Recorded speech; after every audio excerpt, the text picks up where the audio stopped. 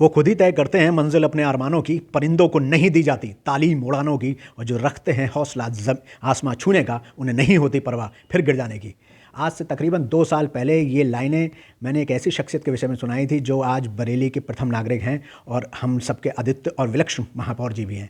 आज हम बैठे हैं उनके सुपुत्र यानी उनके घर के चश्मे चिराग के साथ, श्रीमान पार्थ गौतम जी के साथ। आइए आज उनसे चर्चा करते हैं और जानते हैं उनकी अब तक के जीवन के विषय में और उनके आने वाले फ्यूचर प्लान्स के बारे में। पार्थ जी बहुत बहुत स्वागत है आपका, कैसे हैं आप? बहुत बढ़िया, आपका बहुत धन्यवाद, आपने मुझे ये अवसर दिया। पार्थ जी सबसे पहले तो शुभकामनाएं आपको, पूरे शहर में आपका नाम है, तमाम पार्थ फाउंडेशन काफ़ी सारे काम कर रहा है। शुरुआत में करता हूं सबसे पहले सवाल की, क्योंकि आपका वक्त भी बहुत कीमती है। शुरुआत में करता हूं एक आपके निजी सवाल काम से कि आपने अब तक जितनी शिक्षा दीक्षा करी, थोड़ा सा उसके विषय में बताएं, और इन्वर्टिस विश्वविद्यालय जो अपना है उसमें आप क्या भूमिका रखते हैं? देखिए, मैं वैसे ग्रेजुएट हूँ और इन्वर्टिस विश्वविद्यालय का एग्जीक्यूटिव डायरेक्टर हूँ। अब भूमिका तो इन्वर्टिस में कोई एक नहीं है, पूरा इन्वर्टिस ही देख रहा हूँ, और प्रयास है कि इन्वर्टिस को भारत का सबसे एक नंबर पे यूनिवर्सिटी बनाई जाए जल्द ही। तो क्या प्लानिंग चल रही है आपके दिमाग में अब इसको, इन्वर्टिस को लेकर कुछ खास, क्या कुछ नया होने वाला है? इतनी सारी चीज़ें हम लोग पढ़ते रहते हैं, अभी कई कार्यक्रम भी आप लोग कराते रहते हैं, टेक्निकल भी बहुत सारा काम करते हैं। अब क्या नया ऐसा कुछ ऐसा अलग होने वाला है जो बरेली में अब तक नहीं हुआ?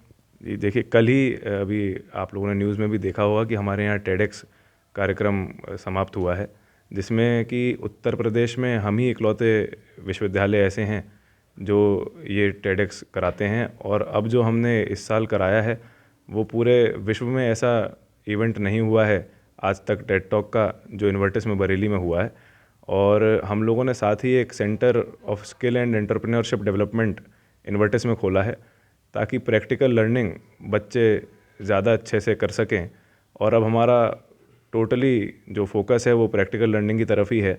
हम लोगों ने लगभग एक बहुत बड़ा अमाउंट इन्वेस्ट करा है इंजीनियरिंग के बच्चों के लिए, जिसके तहत कई रोबोट इन्वर्टिस में आए हैं और बच्चे उनसे काफ़ी कुछ सीख रहे हैं।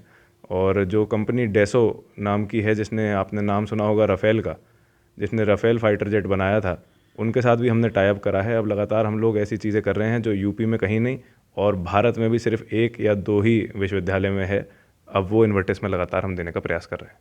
बहुत अच्छी बात है, इन्वर्टिस आप दिनों दिन तरक्की करें, चूँकि हमारे शहर की यूनिवर्सिटी है और हम सबकी शुभकामनाएं उसके साथ हैं। पार्थ जी, अब हम बढ़ते हैं आपके सोशल वर्क की तरफ।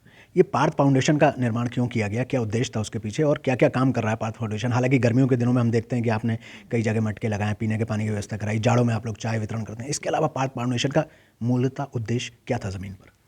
देखिए, मैंने सेवा भाव मेरे अंदर हमेशा से ही रहा है। तो लगभग 2 साल पहले मैं ऐसे ही कुछ, मतलब सेवा तो मैं बहुत टाइम से करता था लोगों की, लेकिन कभी फाउंडेशन नहीं बनाने का सोचा था। पर धीरे धीरे लोगों का प्यार बढ़ता गया, सोशल मीडिया के माध्यम से लोग मेरे से जुड़ते गए, तो मुझे लगा कि कहीं ना कहीं बरेली में लोगों को काफ़ी ज़रूरत है एक ऐसे व्यक्ति की जो लोगों की मदद कर सके, लोगों को सुन सके। तो मैंने अपना फाउंडेशन 1 साल पहले शुरू करा और उसके तहत आज तक मुझे लगता है कि 10,000 लोग मेरे संपर्क में आ गए होंगे और 10,000 के 10,000 लोगों की मैं मदद कर चुका हूँ। एक भी यहाँ से निराश नहीं गया है। गर्मियों में मैंने 3 महीने से ज़्यादा लगातार निःशुल्क शीतल जल सेवा चलाई थी। बरेली के अलग अलग जगहों पर हम पानी लोगों को दे रहे थे।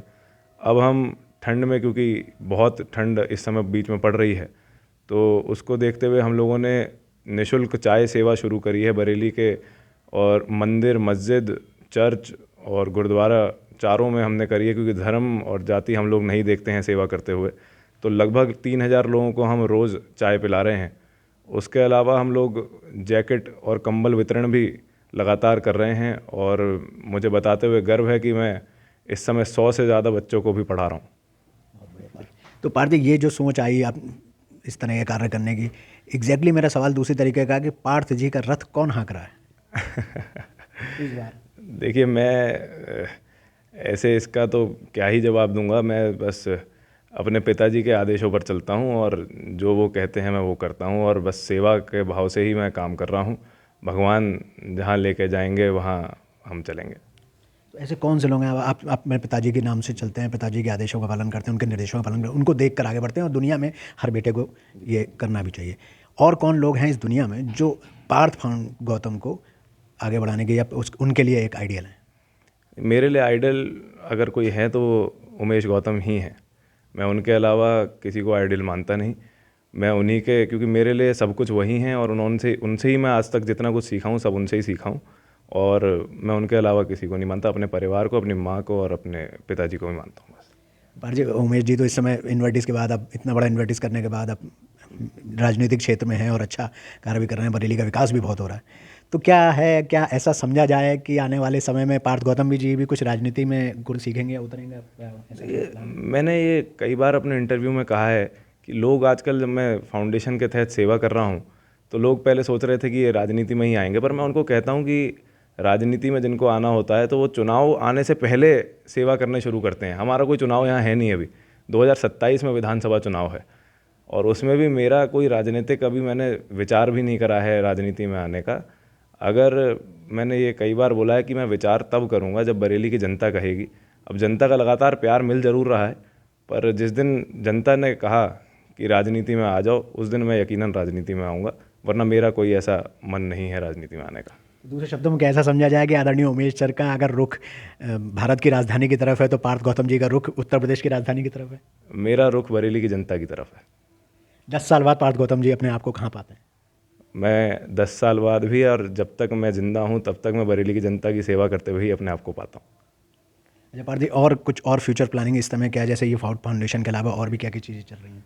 मैं विश्वविद्यालय अपना कोशिश कर रहा हूँ जल्द से जल्द उसको नंबर 1 में उत्तर प्रदेश में पहले लेके जाऊँ और फिर वर्ल्ड वाइड भी उसको काफ़ी नाम मैं आगे लेके जाऊँ। और फाउंडेशन के तहत मेरे कई अभी लगातार प्रयास चल रहे हैं काम करने के, जो कि आपको जल्दी दिखेंगे। इसी साल आपको एक बहुत बड़ी उपलब्धि हम लोग बरेली को देने जा रहे हैं फाउंडेशन के तहत मेरे, जो कि पूरे साल चला करेगी। वो अभी मैं बता नहीं सकता, लेकिन आपको एक आध महीने में कोशिश करूँगा कि आपके सामने वो चीज़ ला के रखूँ। और बस मेरा यही लक्ष्य है कि मैं ऐसा बन पाऊँ, भगवान की कृपा मेरे ऊपर ऐसी रहे कि जितने भी लोग मेरे कार्यालय आएँ, जितने भी लोग मेरे संपर्क में आए, मैं उनकी सेवा कर पाऊँ। और जी, आपको बहुत सारी चीज़ें इंस्पायर करती हैं, क्या कुछ चीज़ें ऐसी भी हैं जो पार्थ गौतम को भयभीत करती हैं? भयभीत तो मुझे कुछ नहीं करता है। मेरे पिताजी ने मुझे यही सिखाया है कि किसी से कभी डरो मत, जब तक सही हो तब तक ठीक ही हो। तो वो ऐसा गुरु मंत्र कौन सा है जो सर ने आपको दिया आपके कान में और आप उसको जीवन भर फॉलो करना चाहते हो, कर रहे हैं? उन्होंने मुझे ये सिखाया है कि जो भी काम करो वो ऐतिहासिक करो। तो वही प्रयास है, मैं जो काम करूँगा आगे भी ऐतिहासिक ही करूँगा। धन्यवाद हमसे बात करने के लिए पार्थ जी। आपका बहुत धन्यवाद।